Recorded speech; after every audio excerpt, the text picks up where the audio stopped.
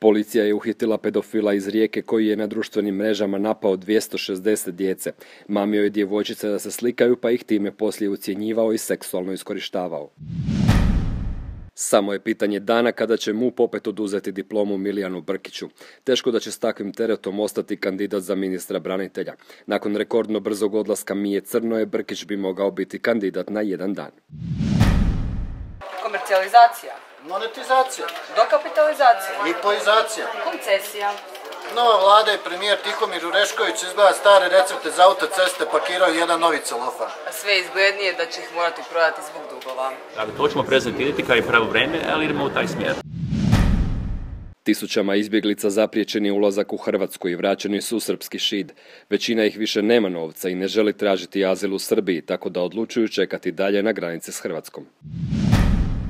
Hrvati su ludi za zlatom. U prva 2 mjeseca ove godine uložili su više od 7 milijuna kuna u zlatne poluge, pločice, dukate i zlatnike, kažu iz najveće firme specijalizirane za proizvodnju i prodaju proizvoda od zlata. Na svemirskoj postaji nikad ne možete izaći i osjetiti na licu sunce i vjetar. Gore je uvijek isto, dosadno. Najviše mi nedostaju ljudi, otkrio je astronaut Scotty Kelly. Analizirali smo sastav ajvara i otkrili kako se većina kupovnih po sastavu ne razlikuje od domaćih. Fini su, a i tjeraju gripu jer su puni vitamina C. Ervina bi istriskala jer me iskoristio, ali poslije nema kajanja. Priznala nam je u velikom intervju Stefani Banić, bivša stanarka bebe kuće. Nagovorili smo je i na damski makeover. Wow, izgleda kao Monika Bellucci. Daj mi tu salatu i to ovdje stavi. Tko zna uživati, zna.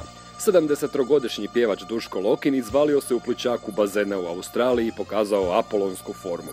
Samo frizuru je držao dalje od vlage, da ostane postojan. Jedna žena čeka brod, čeka mladost da se vrati.